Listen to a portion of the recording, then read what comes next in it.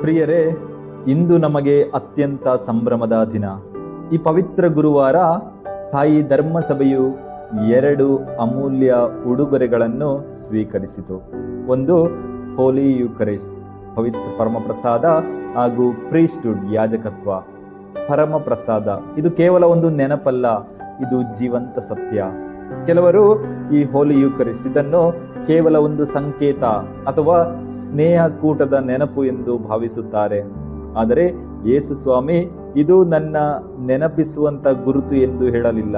ಬದಲಾಗಿ ಇದು ನನ್ನ ಶರೀರ, ಇದು ನನ್ನ ರಕ್ತ ಎಂದರು. ಇದು ಕ್ರಿಸ್ತನ ನಿಜವಾದ ಅಸ್ತಿತ್ವ. ಯಾರು ಈ ಜೀವದ ರೊಟ್ಟಿಯನ್ನು ಸೇವಿಸುತ್ತಾರೋ ಅವರಿಗೆ ನಿತ್ಯ ಜೀವವಿದೆ ಎಂಬುದು ಸತ್ಯವೇ ಹೊರತು ಬರೀ ಕಲ್ಪನೆಯಲ್ಲ. ಎರಡನೇದಾಗಿ, ತೆಗೆದುಕೊಂಡು ಭುಜಿಸಿರಿ, ಜೀವದ ಆಹಾರ. ಯೇಸು ಈ ಸಂಸ್ಕಾರವನ್ನು ಸ್ಥಾಪಿಸಿದ್ದು ಕೇವಲ ನೋಡಿ ಆರಾಧಿಸಲು ಮಾತ್ರವಲ್ಲ, ಬದಲಾಗಿ ನಾವು ಆತನನ್ನು ಸೇವಿಸಬೇಕು ಎಂಬ ಉದ್ದೇಶದಿಂದ. ತೆಗೆದುಕೊಂಡು ಭುಜಿಸಿರಿ ಎಂಬುದು ಆತನ ಆಜ್ಞೆ. ದೇಹಕ್ಕೆ ಆಹಾರ ಎಷ್ಟು ಮುಖ್ಯವೋ ಆತ್ಮಕ್ಕೆ ಈ ಪರಮ ಪ್ರಸಾದ ಅಷ್ಟೇ ಅಗತ್ಯ. ಆತನ ಶರೀರ ರಕ್ತವನ್ನು ಸೇವಿಸುವ ಮೂಲಕ ನಾವು ದೇವರೊಂದಿಗೆ ಒಂದಾಗುತ್ತೇವೆ.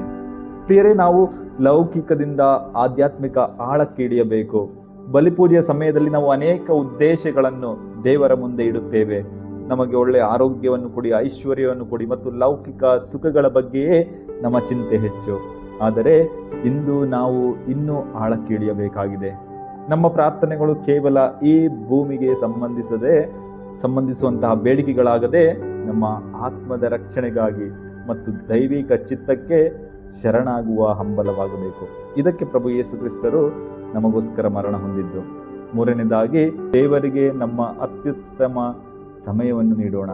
ತಡವಾಗಿ ಬರುವುದನ್ನು ಬಿಟ್ಟು ಪೂರ್ಣ ಭಕ್ತಿಯಿಂದ, ಹೊರಗೆ ನಿಲ್ಲುವುದನ್ನು ಬಿಟ್ಟು ದೇವಾಲಯದ ಒಳಗೆ ನಿಂತು ಹತ್ತಿರದಿಂದ ಪ್ರಭು ಯೇಸು ಕ್ರಿಸ್ತರನ್ನು ನೋಡೋಣ.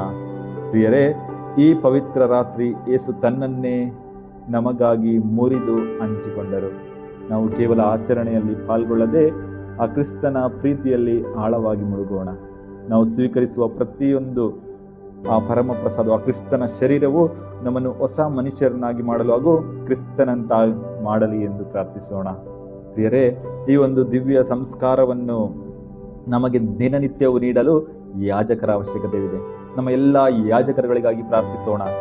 ನಮ್ಮ ಯಾಜಕರುಗಳು ನಮಗೆ ದಾರಿದೀಪವಾಗಲಿ, ಅವರು ಕ್ರಿಸ್ತನಂತಾಗಲಿ ಎಂದು ಪ್ರಾರ್ಥಿಸೋಣ. ಹಾಗೂ ನಮ್ಮ ಕುಟುಂಬದಿಂದ ನಮ್ಮ ಮಕ್ಕಳನ್ನು ಈ ಒಂದು ಯಾಜಕ ದೀಕ್ಷೆಯನ್ನು ಪಡೆಯಲು ಅವರನ್ನು